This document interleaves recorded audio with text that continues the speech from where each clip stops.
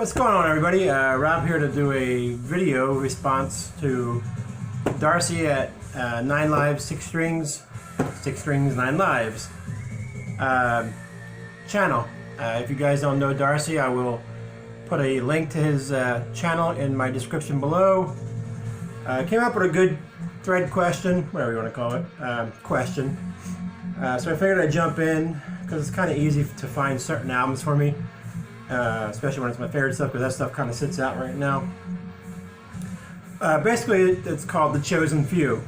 If there was some catastrophic event and you can only grab 10 albums from your collection, what would they be? Now, that's a really hard question in a sense, because I probably have a top 100, and I'm going to say top 20, we'll say. And that rotates all the time. You know how we are. You hate to get album you get tired of. A lot of albums you know by heart. You don't even need to, like he said, you don't need to hear it again because you know it. Just stuff when I thought about the question and what came to my mind was about 13. I picked up about 13 albums. So breaking it down to 10 was harder than it was, than I thought it would be. But I got it down to 10. And again, these are not necessarily my favorite albums overall, but these are the albums when I thought I want to grab right away, these popped into my head. I don't think any of them are particularly rare. One is, I guess one's kind of, but so there's nothing in no particular order. I just picked up 10, went through them, and 10 are just laid here on the table. So I'll show it to you that way. I'm doing a lot of talking for me, showing you 10 albums. Anyway, my chosen few will be the following, and I'm sure you might be shocked that there's some stuff not in here. First one would be Arch's For the Sake of Mankind. Oh, I'm sorry. Another Return to Church Hill, their debut album. For the Sake of Mankind is their second one, and it's a holy grail for me. This is the UK press. They called it Another Return there, but in the States it's called Another Return to Church Hill. Hence the anagram for the name. Thanks to Dude 1973 for pointing it out to me, because I never noticed that. And now that I think about it all the time since then. And speaking of, damn Chris, get back going here and do some videos. So that would be one of my albums, one of my 10. This would make the cut, period. I love this album. So I never get tired of this album. Number 2 is one of my favorite albums of all time, and that's Holy Soldier's debut, self-titled. Christian hair metal, but a heavier hair metal. Like the perfect hair metal in my opinion. Not commercial whatsoever. There's a slow song on here, but it's literally about depression and stuff like that, and the other one's about like abortion and shit. So Holy Soldier would be my second pick. Number 3, I absolutely agree with Darcy on, mostly because this is my favorite Judas Priest album ever, which says a lot because I love the band, and that would be Judas Priest's latest, Firepower.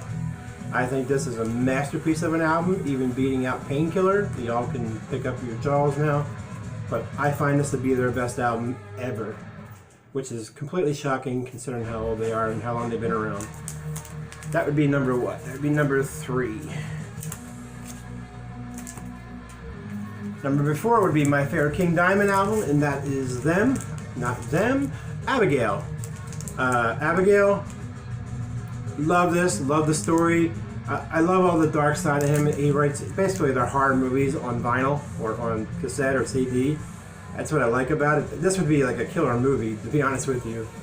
You do this and then Them back to back, I think there'd be a killer horror movie.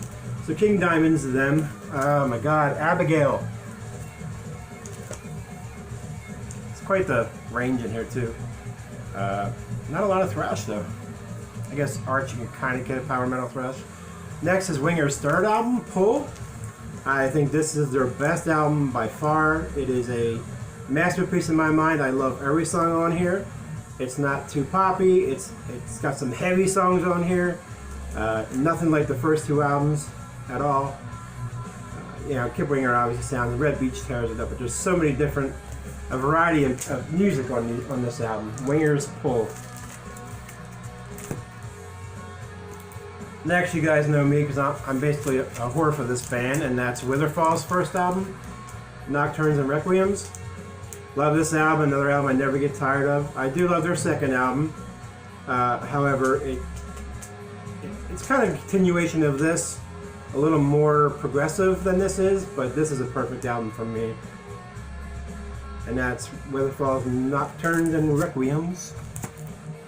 I don't know what we're on now. I think 7. I guess you can call it thrash. Metal Church's second album, The Dark.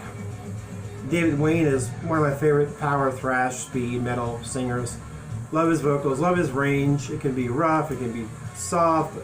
He just has a way about his voice that always captured me. That's why I like the band Reverend so much after he left the band after this album. So there you go. Number 7 would be Metal Church's The Dark.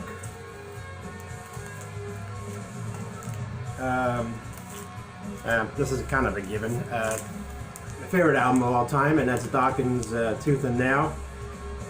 This is a perfect album again, in my opinion. Great songs, heavy, a little bit of about it in there. Loading Again, one of my favorite song ever, which says a lot because I'm a big metalhead. But another perfect album in my opinion. Even the solo, the intro and the solo one. I think I'm the wrong album. Jesus Christmas. The intro, Without Warning. Yeah, okay. I'm not crazy. So Dawkins' Tooth and Nail would be number 8. Here's one that might throw. Well, next two might throw you. Number 9 is Rough Cut. It was either going to be this or King Cobra, Ready to Strike debut. This is Rough Cut's debut. I love Paul Shortino's voice. He can do metal, he can do blues. He just always had that thing. My favorite Quiet Riot album is their 4th one with Paul Shortino. So Quiet Riot, self-titled. Again, good heavy hair metal. It's one of those bands that look way hair metal, but they're actually heavier band.